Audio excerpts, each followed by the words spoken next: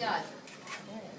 Honor each and every one in their respective places. I thank God for this day. I thank God for this opportunity.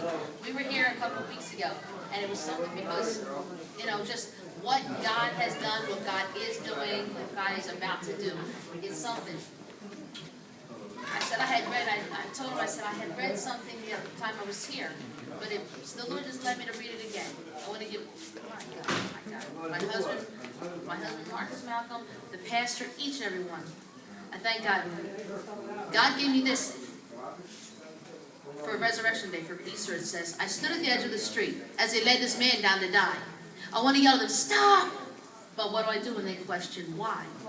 I want to say, he's Christ, he's the Son of God, he's holy. But what then when they reject? What then when they come after me? When they approach me with anger, threatening either death or dishonor, do I still hold these statements true? Do I stand proud, stating with honor? Do I have the courage it takes? Can I state the facts needed to save his life? The only hope for this man's survival is taking down this fearful stand and deal with the strife. But if I must die for my belief, what good is one more martyr? Does it really pay to have me stand? What about my family and their scar? I watch him walk by me. I want to reach out and take his cross.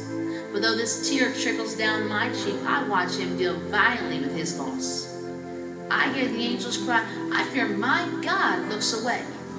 If only I had made that stand, what then might have been the consequences on that day? Amen.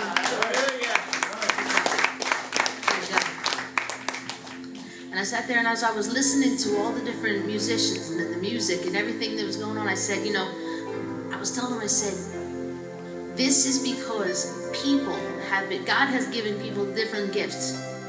And I was thinking about, I'd written one that says, it was about the little violin, old violin. He said, he picked up the little violin, dusted it off and held so high.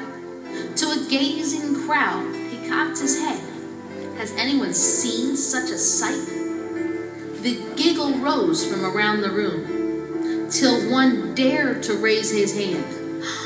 The grand old Opry, he whispered amidst, gasp, was all he said as he did stand. I haven't seen the likes of this. He rose and came straight through. He took the little violin within his hand. Oh joy, what it could do. He fastened tightly string to string, held fast and corrected the bow, and played such a melody from door to door, as if the others were there just for the show.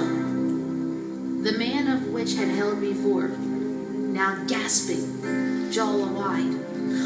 Ah, that was it. That was held beneath, an instrument of pride. The orchestra itself had joined in, if only just for one man, who'd seen before the likes of such a symphony in demand. What would you do with such a gift? He wondered, as if to himself.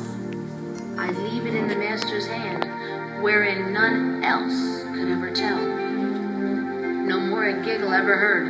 The audience rested on their feet to gaze in wonder, such majesty. Today music was made complete. The piano in the background, the cello and harp by their side, the violin itself drowned in tears as the man was lost in time.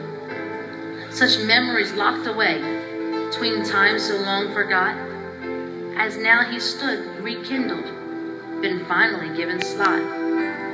He handed back the violin as if 'twas all he could do, and yet denied, the other replied, Sir, 'tis all respect, this belongs to you.